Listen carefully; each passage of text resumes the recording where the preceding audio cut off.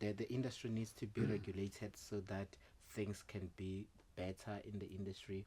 What are your thoughts on the idea of 90% local content that Hlaudi Motsoeneng was trying to introduce that Yeah, was brilliant idea. rejected? I think brilliant idea. Are you supporting But it? it needs a strategy. Mm. Yeah. So you don't wake up tomorrow and go 90% content, Mm. but there's nothing to back it. We don't have like in the soccer world, Barabanali development, early days. So, and that's why in these other European countries, you see a guy who's 19 playing at the World Cup, even 14. You know, if you remember that boy, Owen something, you know, the British boy. He played at the World Cup at age 14 because there's development. So once you start rolling it in about 5, 10, 15 years, then it automatically becomes 90%. Local, yes. You know, not because I woke up today and Cancel this other. yeah, and then heard this 90, and then we say we cancel everybody. I mean, think about what 90%, because it never happened really. Great idea, but it would have meant for Bosoni no longer supply us with American artists, or even some West African artists were signed up to them, because we're focusing on local for now. But we don't have enough local, right? We've been rejecting local. Local life, yeah, your music is a little bit urban. Now we want 90%. Where are we going to get that 90% from? Where is the money to go to the artist and say, you have to create more work now? You know, so 90% can't be like, it needs to be a strategy. It needs to be, we need to look at what year are we in now, 2024.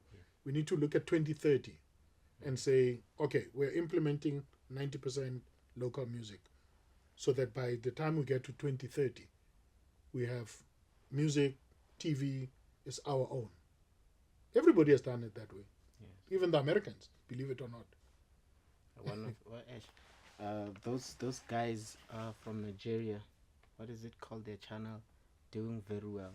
Although the content, the quality is not that great when it comes to sound, sometimes cinematography. I forgot what's the channel. One Magic or something. I know. Okay. Yes, they're doing like very well. And when you check, it's just them. It's just Yeah. them. And now the entire world has, or most of the world has accepted them.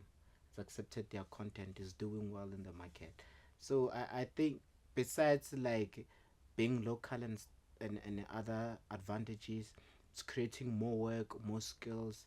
A lot of people are having like more opportunities, and if it's that way, that's when we start to regulate things. To say, okay, if we're shooting local content here, come with wardrobe. Here's your registered company, get your contract and everything. And a lot of young people who are skilled and unemployed who can do these things are going to have job too, Absolutely. And, Bollywood did that. Yeah. So I don't know if you know this, but about 20 years, maybe a little bit more.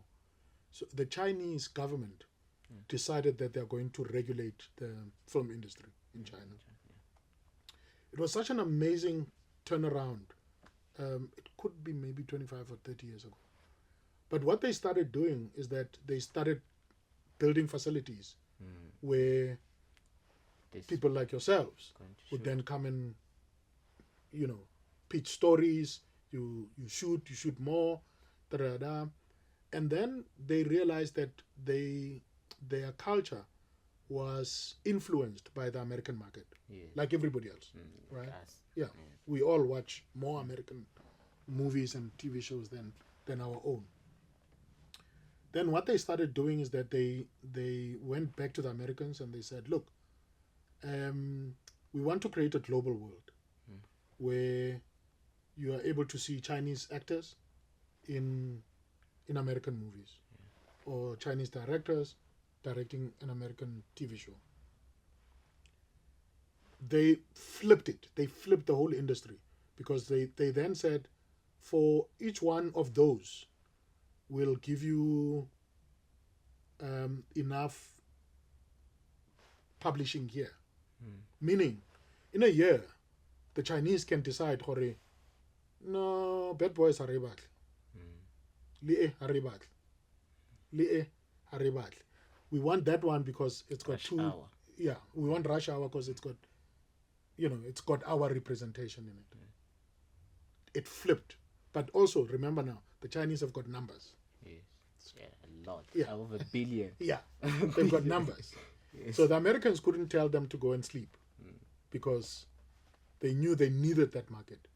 And that's how you started seeing directors like Bo John Woo and all those guys. And, the big stars that come out of China, they started, And then, of course, there was a trade exchange now. But Netflix now have K-pop films, which is just Asian films straight out. They don't need a white guy from America. They don't need a big star from Africa. It's just them. And there they are. So to turn the industry around, it needs that. You don't wake up and say 90% and then think it's just magically going to happen. It needs a lot of money. It needs a lot of planning thoughts. It needs research. It needs us to understand where we're going. It needs money people, actuaries, to come and sit with industry people and teach them, or if we do this is how our money grows, But numbers play a big role, and that's why greedy capitalism will never allow us to just make films for Africa. Yes. They need to sell because they know what that us. means. Yeah, because once we start making just for us in the continent or even in the diaspora, that's it. Like, films have so much power. They're selling us their culture, number one. They're selling us their clothes and everything, their cars, through their films. Well, they started with culture. That's with culture, because then you start denouncing yours. Because I get Yes.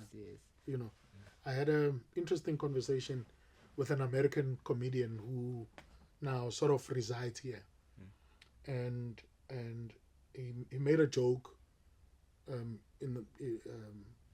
one of the shows that I saw, and the joke for me, not that I'm sensitive, but it's that, it was funny, but it still had that, oh no, he was an African booty scratcher. Meaning in his mind, even though he's here, he still sees Africa as Africa. Yeah, still Rasanta Machita, who just started wearing pants yesterday, as far as he's concerned. And I said, that thinking needs to change.